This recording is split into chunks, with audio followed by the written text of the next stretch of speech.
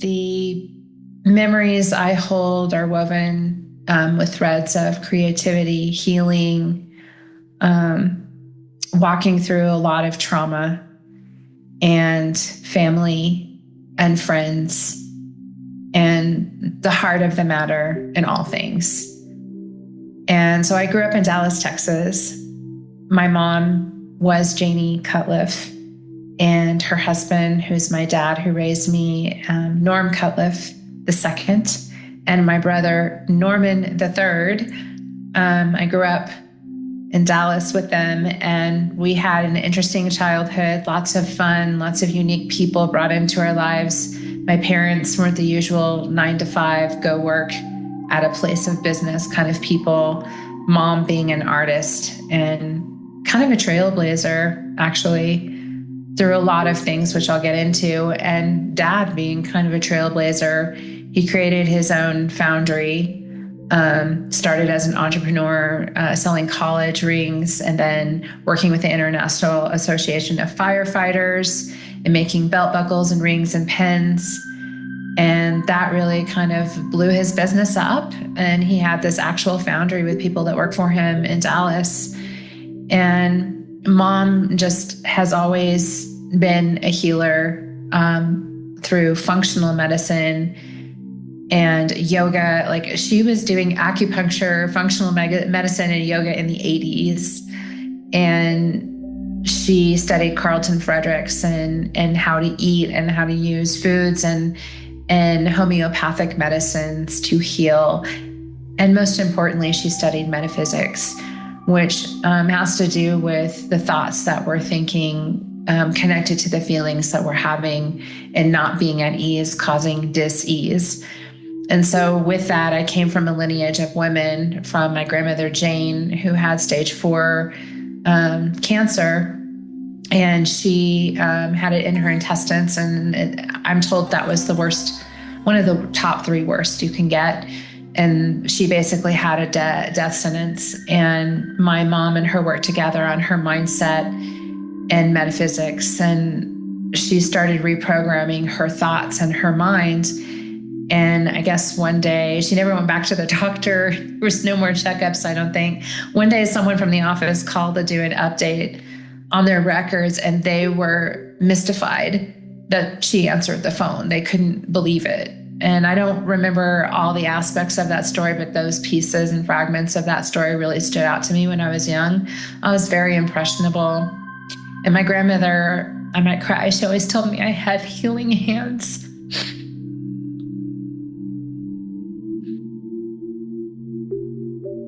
So my mom and my Aunt Carol and my Aunt Jenna, 3 beautiful blonde hair, blue-eyed babes, grew up in Orange County, SoCal beaches, surfing, hanging out. They just kind of went on their own path in terms of not taking the alcoholism that they grew up with and sitting in resentment and grievances, but they all actually went to Hazleton and went to the Family Afterward program and began healing their mind and hearts. And in so doing all of that, the ripple effect has been monstrous, as my dad, Norm, would say. So many people to this day, remark or comment about their unique ability to listen, make you feel heard and seen, and the power of the love. And with every light, there is also dark. And there was a lot of darkness and dysfunction for them to sift through as a family. I remember lots of times of not talking. And so my first Course in Miracles book was given to me by my mom in 1994. I actually saved, the book has fallen apart, but I saved the pages where my mom wrote, enjoy a miracle, love mom, we love you, mom and dad. And it was 1994. Fast forward to 2001, I was in the midst of my first divorce, and I had experienced depression like I had never had before. Like it just hit so hard. I had credit card debt. I had depression. I felt the worst that I'd ever felt in my life. And I heard my grandmother's voice. This is where the clairaudience began to kick in for me. And I became aware and I trusted it. And she said, go pick up that blue book, Missy, because she called me Missy. And so I went and picked up the blue book and I opened it and I read it, listened, and it was like, let me remember I am one with God, and one with myself and my brother in everlasting holiness and peace. And I followed the instructions of the lesson. And it went on to say that if you do this lesson today, as we instruct you to do it, essentially, you'll look back and remember this at some point in your life, and your life will be completely different. And fast forward from 32 to 52 years old today, my life is completely different. My life is filled with purpose and service, and I carry the lineage of healing and grace of my mother, her two sisters, and my grandmother, Jane. And so I grew up with a lot of dysfunction and trauma, and my parents broke a lot of the generational curses. And now I'm here with my brother and my cousin, and we're breaking generational curses. And we're doing it through love. We're doing it through humor. We're doing it through compassion and understanding, and the stories that we tell.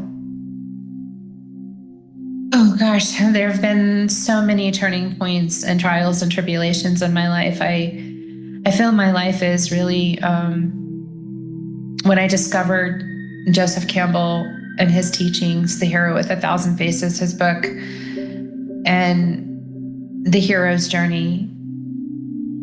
And I looked at that and I looked at my life, and I was always so drawn to films and storytelling. And I didn't understand why I had this great passion. Was it that I wanted to be famous? I'm actually terrified of being in front of a whole bunch of people. That seems all glamorous and whatnot, but no, it wasn't about that. I didn't understand what writing or acting or telling a story that could impact someone's life would mean. And fast forward again, here I am after having gone through so many traumatic experiences, a divorce, marrying a man that had two daughters that were 9 and 12, who I loved immediately. But, I had insta family from not having a family, and I never had any kids of my own. And I took all of these hills and valleys, all of these ebbs and flows. And there were times I couldn't write. There were times I couldn't tell stories. And it was really it made me question myself and my purpose for so many years.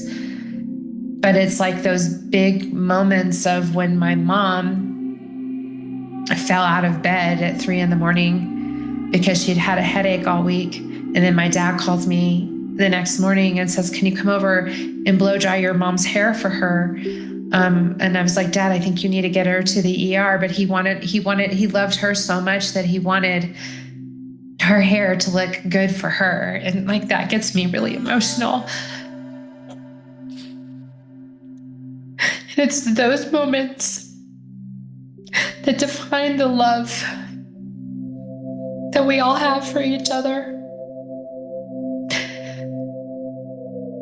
And capturing that love and capturing those stories and hearing them from those that we love is a big part of why I tell stories. I make up stories. I have a huge imagination, but I also love telling true stories. I want to tell stories that lift the hearts and spirits of everyone whose lives that they touch. And that's part of why I'm here. I think that's a really big part of why I'm here. That's how I can be of service in my human design. I am a manifesting generator 2-4, and my incarnation cross is the right angle cross of service. And that's being of service at scale, at a very big level. And so I came here to serve others at a very big level. And now it makes sense why film, why storytelling, why telling other people's stories matter to me. Because there are people that live a whole life and then they write in a journal. And I've heard of specific stories like that. And their stuff is found in a locker at a train station. And it's just this huge treasure. And nobody in their lives knew about these treasures that they kept to themselves or were afraid to share with others. And that's also my purpose, is to bring that beauty and that rarity into the world so that we all have a little more compassion, a little more grace, and a little more love, and a little more forgiveness. Okay, so I think the milestones or accomplishments that I'm most proud of, there's a pretty big list. In 2018, I went to work for a young entrepreneur, CEO of 3 companies, named Zion Kim.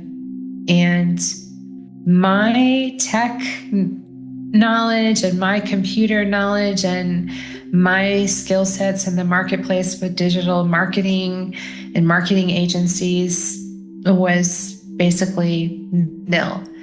But this man took a chance on someone because we actually connected on the hero's journey, and he had a big love for the Joseph Campbell books as well. Was very spiritual. He'd actually never seen The Matrix when I went to work for him. And I finally got him to watch it at one point, and he was like posting about it for everyone about how The Matrix isn't fiction, it's nonfiction, it's based on truth. And so we had a lot of philosophies and values, but he was the first person in my life. And to set some context, I've always been a people pleaser, and I've had to work really, really, really hard on myself to overcome these people pleasing tendencies and come to the awareness that people pleasing is actually the equivocal of lying, because I'm not being honest with myself and I'm doing something I don't want to do. And so back to Zion, I went to work for 99 Robots. Within 1 month of being his assistant, I was promoted to his executive assistant and account manager at 99 Robots. And they did digital marketing funnels and support for many companies. Well, their biggest client needed their end of week report, and I had never done an end of week report at this point. And he was on a plane, I couldn't get through to him. And she kept emailing. So what I did was I just went to an old one and I did the best I could to get the numbers, and I sent it to her. And then he got off the plane and texted me, and his text I'll never forget said, "Thank you for caring." And he said, "And you care far too much about what other people think." He said, "I'll teach you how to do these reports moving forward." And I remember putting my phone down and just sitting in the middle of the closet and crying. And I was like, here's this 26-year-old entrepreneur that I've had some interaction with, but like literally he just got my soul in that moment. And I think it's a defining moment when people get your soul and see you. And from there on, he would tell me on meetings, your voice is important. Even if I'm your boss, I want you to challenge me. I invite you to challenge me. He invited me to have a voice. He invited me to show up in ways I'd never shown up before. He would do coaching calls with the whole team and sharing vulnerability, something that was hard for him to overcome. And so in that work environment, our mantra was, how you do one thing is how you do everything. And that's when my true personal growth and development journey began, even after years of practicing A Course in Miracles. That was like a pivotal moment and milestone marker for me, because not only did my value in the marketplace 10 times, I 10 times and up-leveled in my higher self and my awareness and my emotional intelligence. And it changed my life forever. And all the people that I met have changed my life forever in that. So that's a defining moment for me. Another defining moment was when my sweet mom had to be rushed to the ER after having basically perfect health for most of her life, not really having any issues, and watching her be care-lifted on a red helicopter 3 hours away. and not being able to be close to her was a defining moment, and not really knowing what her wishes were. We didn't have medical initiatives. We didn't have the hard conversations about death and dying. And I don't think it was anything, you just don't want to think about it, especially when you love so big. And I think the biggest thing that I wish I had known before going through that was to sit down and be present more with those that you love. Take the time, be present, go the extra mile, bring them their favorite bath salts. I did that with my mom the last few years. I would just show up and surprise her. I would make her something. I would bake her something. I just knew in my heart, like I didn't know how much time we had, and something in me just knew, go above and beyond for those that you love. And so that's a big reason why Tres Primos Legacy Studios is so important to me, is because after years, the last 2 years since my mom passed away, of going through the very little video footage I have and the phone messages that I have, and my dad's even lost his phone messages when he thought he saved them, and he was crying literally the other night on the phone with me about it. I wished I had taken the time to sit down and say, Mom, I know you don't like being camera. I know you make funny faces, but I want to talk to you, and I want to hear about your life. I want to hear about your hopes and dreams. I want to hear about the stories that you don't tell me, because I found out after she passed away from our community how she would just hop in like a stealth ninja and buy someone lunch when they were having a hard day. And she didn't have to. They were there to serve her. And she would just do that all over this town and never tell us about it. And hearing those stories, just the expansiveness of that love is why I want to do this, because those videos, the little ones that I do have, I've watched them 150 times at least, and will continue to as long as I have them. The principles that I hold closest to my heart encompass generosity, kindness, compassion, integrity, strength, resilience, adaptability. And the reason those are my biggest values is because I've had so many hits in my life.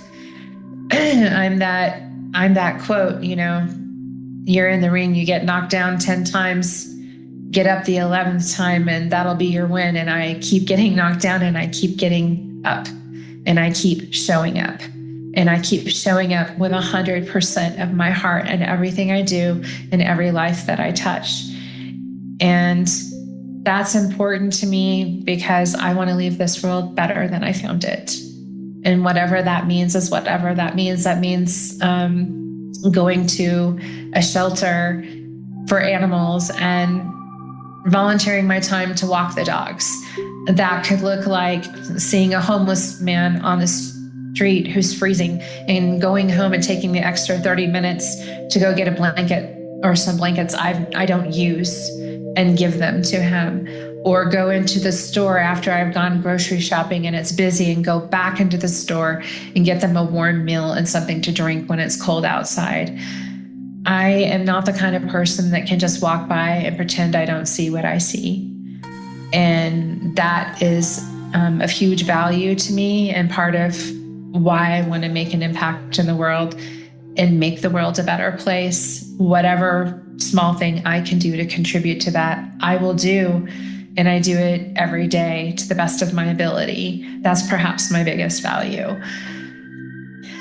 I think the most inspirational person in my life would be my mom, Janie. I grew up and we had a very strained relationship, especially during the teenage years. I certainly didn't make her life easy. And she really she was like me, she just kept showing up. She kept getting up. She kept showing up despite some of the opposition in the family that would come towards her. And I was even part of that. And I'm grateful that my mom dug deep. She went to Byron Katie and got certified to do the work and investigating her thoughts.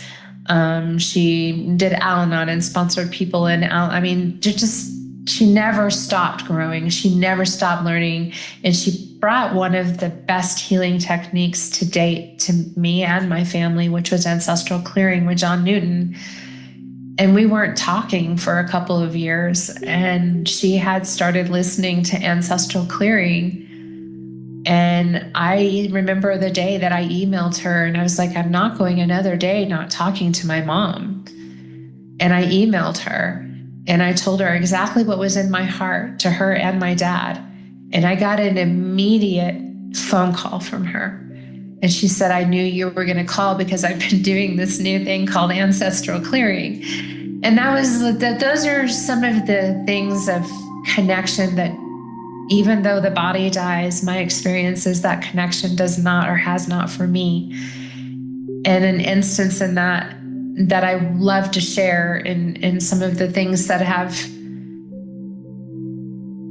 taught me to perceive in a new light, the way that my mom taught me to perceive things in a new light, was one day I was in LA and I was on the balcony and I was doing meditation. And my heart was just in a place in that moment that it was just so open and so raw and vulnerable.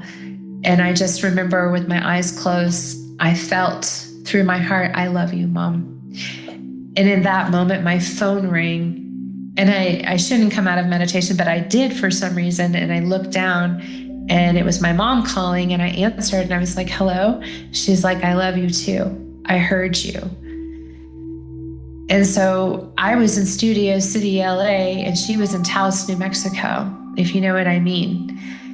And my mom was a role model in that she taught me how to listen. She taught me the importance of going into nature, getting still and getting quiet and listening. And I think the year after she passed away, up until now, I wanted to embody one of those characteristics in her that I hadn't fully embodied yet, and that was getting still and listening. And it's been perhaps the most profound awakening thing for me in the world. I've had hummingbirds come up and land on my phone and look at me. I've had hummingbirds come up and try to drink out of my toe. I had like about 40 bluebirds in my tree last year that would come for me to feed them every day and come right up to me. Just learning how to sit still and listen, like my mom taught me. All right. Some things I would like to share to my family, my loved ones. I would start with my husband, Nathan, and tell him when I'm not here and you are, or if I'm not here and you are, we don't know. I would tell you that I want you to be happy no matter what. And I want you to continue to live your life and show up in service because the world needs your voice and they need your heart. They need your healing, your recovery. You're influential to so many in that way. And I know that since we both have lost parents now, that you understand the depth of the grief that can come through losing one that you love. And I'm told the spouse could be the hardest grief. So I just want you to breathe through it and continue to focus on your recovery and continue to focus on your healing and focus on those that are around you that you do love. That's the most important thing. And just know that I cherish the healing that's happened since you've come into my life. The healing that has happened for me and my family and in myself and in my soul has not been taken lightly. It has been a dramatic effect, a huge ripple effect. And just know that love never fades. Love is eternal and expansive, and that love will always be there for you. I would also love to address my brother, Norm, and I'm going to kind of lump some of you guys in together. Norm and his kiddos, Khaleesi and Normie and Victoria. You guys are such a beautiful family in the way that you show up for each other, the way you have each other's back. And even when the days are hard and you feel like you just are so tired and you can't do another thing, I'm always so blown away at how you both, as parents, find that strength and resilience and adaptability to make your children's life a treasure. And I wish nothing but abundance and bliss and treasure and love for you guys moving forward. And Khaleesi and Normie, your spirits are just divine, and you teach the world how to be in a beautiful place in that divinity. So just stay yourselves always. The world needs more of you too. I would also love to address Katya and Dasha, my bonus daughters. You guys came into my lives at a time where I had an ex-boyfriend steal my dog. And I just moved in with one of my best friends to date, Judita, and she wanted to introduce me to your dad to direct a music video for him after I directed my first film called Danny O'Shea. And we met in creativity, like all of us. Katya, you being the artist, Dasha, you being brilliant on multi-layers and levels. You're you just can do everything and do it so well. And you always just throw me off balance with how you know so much about the world and how emotionally intelligent you both are, especially with having gone through a divorce with your parents. You both have really been grounded, beautiful souls. And I know we all go through ups and downs, but I'm so grateful that God put you both in my life. I'm truly blessed to know you. And I'd also love to leave words for my cousin John and his beautiful wife, Jen Buck. We've had some hills and valleys in the family too, but here we are. We're still loving each other. We're still showing up for each other in the way that you both came for our first Thanksgiving without Mom and showed up for us. That's what love and family are about. And I hope to show up for both of you in so many beautiful ways. But if I'm not here, keep showing up the way you both show up, because your hearts are huge and the world needs more of you. And I would say, if for some reason I'm gone before my dad and my auntie Jenna and my uncle Ken, I would just tell you three that all three of you have been instrumental in my lives. Dad, you raised me as your own daughter when my biological father didn't pay child support, didn't do any of the things he was supposed to do as a dad. And I guess sometimes that happens in life. Dads just don't know how to dad. But you did. I remember Christmases where you really got into the Christmas spirit and the kids and the energy of us, and you and Mom had to stay up late to put the bikes together and the Barbie doll houses together. And so you came up with an ingenious idea, super creative, hiding up in the attic with sleigh bells, saying Santa was close. And we would be screaming, and we couldn't wait to get in our bed because we believed it was so real. And that shit is magic. And you and Mom you both have been nothing but magic. And I'm so grateful for you, Dad, and love you so much. And Auntie, I love you. I've been able to tell you things and trust you with things in my heart that you know how to listen. You're one of the best listeners I've ever met in my life. You just know how to listen and love. And you send beautiful prayers and beautiful quotes to remind me of who I really am. And I love how you love yourself today. And I love that your high school sweetheart and your soulmate and you found your way back to each other after both going through everything that you've gone through. So thank you for all that you've done in my life.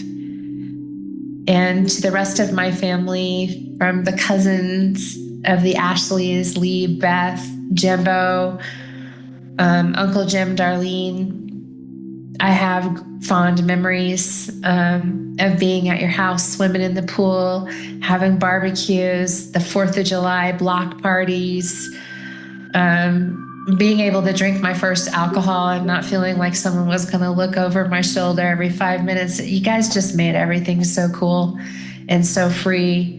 And I really appreciate all of those memories. And Lauren, the way you came in like such a badass when Mom was in ICU, and you texted every single day and stood by our side as a family. Like, I'm coming to you. I'm going to find you before anything happens to me, and give you a big hug. For all of that, it really brought us peace in our hearts and comfort to have you explain things that the nurses didn't have time to explain, even when you were working and so busy. So bless you. You are a beautiful soul. And that's where I leave it. Oh, Izzy and Zeus, my dogs. Maybe they would watch this, maybe they wouldn't, I don't know. But I do have to remark on my 2 soul dogs. After my first dog, my first dog, Viola, was stolen by my ex-boyfriend. And I had a dream one night, and Viola came to me in that dream, and she had a little heart marking on the top of her head. And then she disappeared, and there was this other puppy that looked like her, but it wasn't her because she had a pink nose. But this puppy had a heart on the top of its head. And I started seeing hearts everywhere before I had this dream, I remember. And then I had a call the next morning from my friend Erica Diane, and she said, I think I found your puppy. There's an Indian flute player on Bent Street here in Taos. And Judita, my friend, and I went, and there was Zeus, my soul dog. He showed up in my dream, then he showed up in real life. And the dog that went missing helped our souls find each other. And so sometimes with great loss comes great love. And that's also a part of life. And so I say to everyone that I love, friends and family, all of you, and my Izzy and my Zeus, that's when we lose, we're going to expand and love some more, but it doesn't mean we won't miss those people. And we will. And it'll be hard days, but the love, that always remains true and eternal. I think some of my biggest hopes and dreams lie in the storytelling. I have a cartoon that my cousin John and my brother Norm and I created back in 2010. So it's been 15 plus years in the making, essentially. We've ebbed and flowed in energy, but we're off to a solid start. And this is a cartoon called Dorbin and Friends. And it's a penguin that's neurodivergent, and his best friend is a salmon shark. And they meet under extenuating circumstances because Dorbin's being bullied.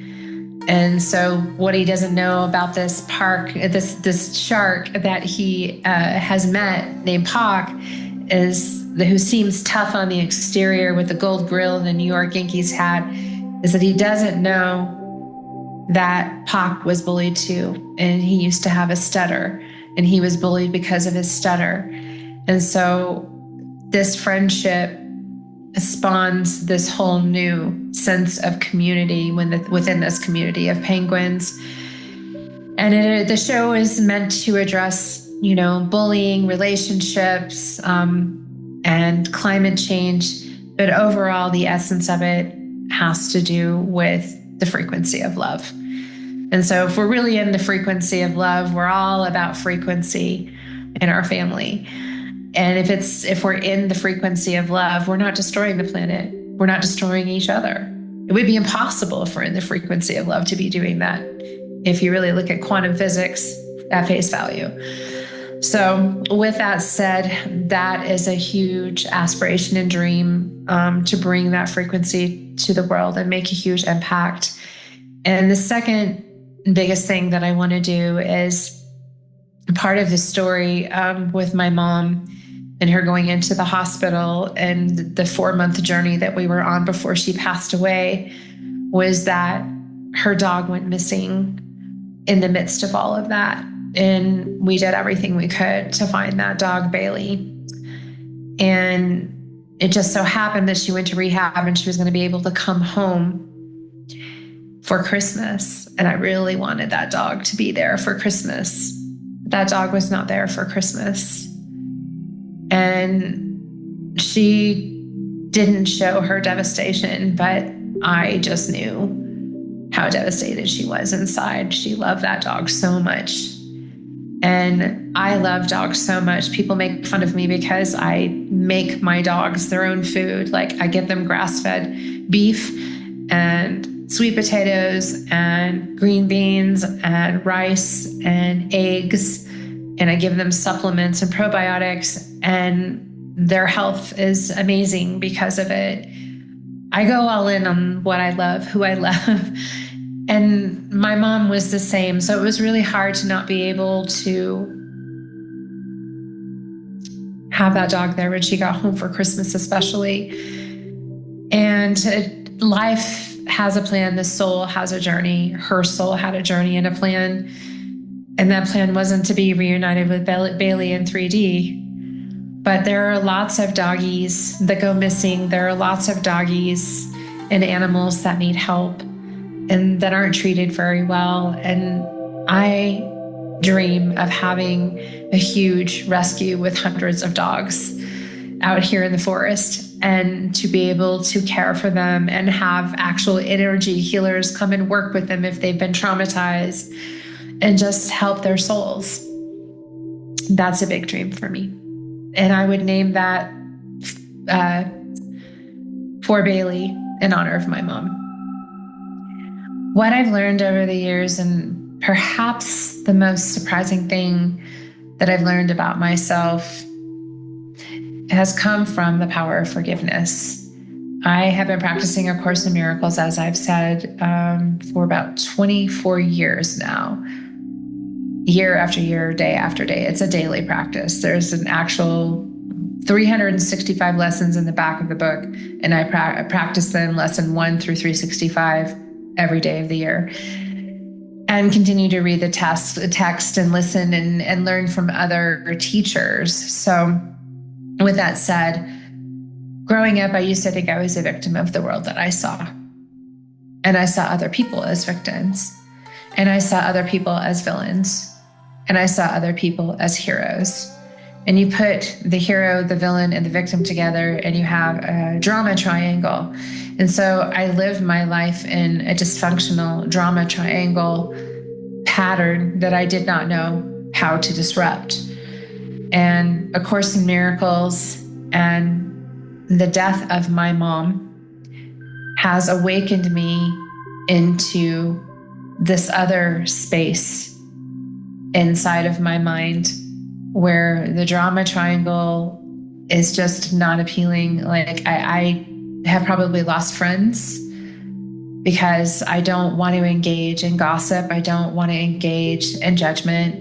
I don't want to engage in that. To me, that lowers my vibrational frequency, and I don't feel good inside. I can't say what it does for someone else. I can only say for me. And so I used to feel that loving people meant that I had to get in that gossip with them, and that I had to engage and fix things. And I just got myself sucked into everyone's drama triangles, and I am now out of them.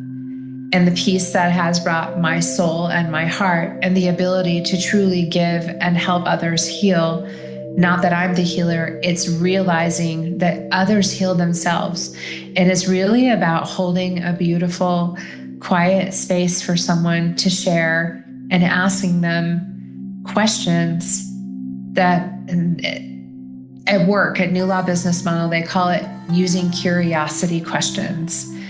And getting curious with people and asking them questions oftentimes helps them see for themselves without you even having to fix anything. And I thought that fixing things meant love, that they would love me and that I would love them. And I've learned that that has nothing to do with love. And that is probably the most surprising thing that has changed in my awakening journey and my awareness since Mom passed away, even more so. Healing the trauma of the past has become front and center for me. I've been studying Paul Selig books avidly. He has 13 books. The last one is A World Made New. I've listened to all 13 of those books 3 times and read them as well and studied all of the affirmations or invocations in them. When I go in, I go all in on healing. When I go in on something, I go all in with my whole heart and soul on something. To me, that is something that I'm most proud of in myself. The advice I would give to my younger self, especially the one that was in her 20s to 30s, would be stop people pleasing. Stop saying yes when you mean no. Boundaries equal love, because they equal love of self. And if we're not loving ourselves, then we're most likely not loving others, because we can't. And make healing and opening the heart the number one priority of life. Following the heart, staying true to the heart. That's what I've learned to be my higher self speaking to me, guiding me, and telling me what it knows is best for me, rather than my ego telling me a mantra of I want, I need, I should. I want, I need, I should. That's what the ego does. And it just is in your voice and in your head and in other people's voices. Be mindful of that. Don't let other people's egos trigger your ego. And if it does trigger your ego, then there's something to look at and something to heal. I guess that's my new loop in life right now that I'm on, is just healing and awakening and being true to myself and having better boundaries and loving myself so that I can love others better. What do I believe is a key to life well lived? Well, the first thing would be getting quiet and getting still, which is what I've really learned to embody because of my mom and how she embodied it. And she would always tell me, go get quiet and get still. Stop listening to everybody else. There's a lot of noise out there. There's news. There's reports of doom and gloom. There's reports of major darkness. There's reports of maybe a president we don't like, maybe a president we would rather have be president. But at the end of the day, what we need to do, or what I need to do to really filter through all of that, is to go out in nature and listen and get still and get silent. Because we want to keep that frequency rising. And sometimes it's going to lower so it can rise up even higher, and understand that that happens. But it's really about our vibrational frequency. That's the key to everything. And that's the key to having an open heart. And even Elon Musk says having an open heart is like a magnet. So that's what my focus has really been about and made my life more meaningful. And ways that I've learned to open my heart are exercising daily. Some kind of movement in the body helps the mind move. Meditation every morning, a devotional practice of some sort, a gratitude practice. It could be a devotional practice. Mine is my 365 lessons in A Course in Miracles. And I think one of the biggest keys to a life well lived is taking ownership. Don't be afraid to take ownership in an argument. Don't be afraid to see my own part in a situation, because that's where the healing comes. It's leaning into that discomfort and really looking through it in a way where you can feel it to heal it. And having fun, of course. Again, my name is Jennifer Pellerin, and I'm really grateful to have shared my story with you. And I hope that you will share your story and that those that you love will share their story, because there's so many stories that need to be heard. Into the washing machine, but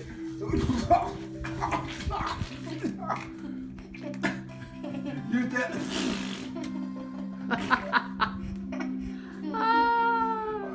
What are you gonna do?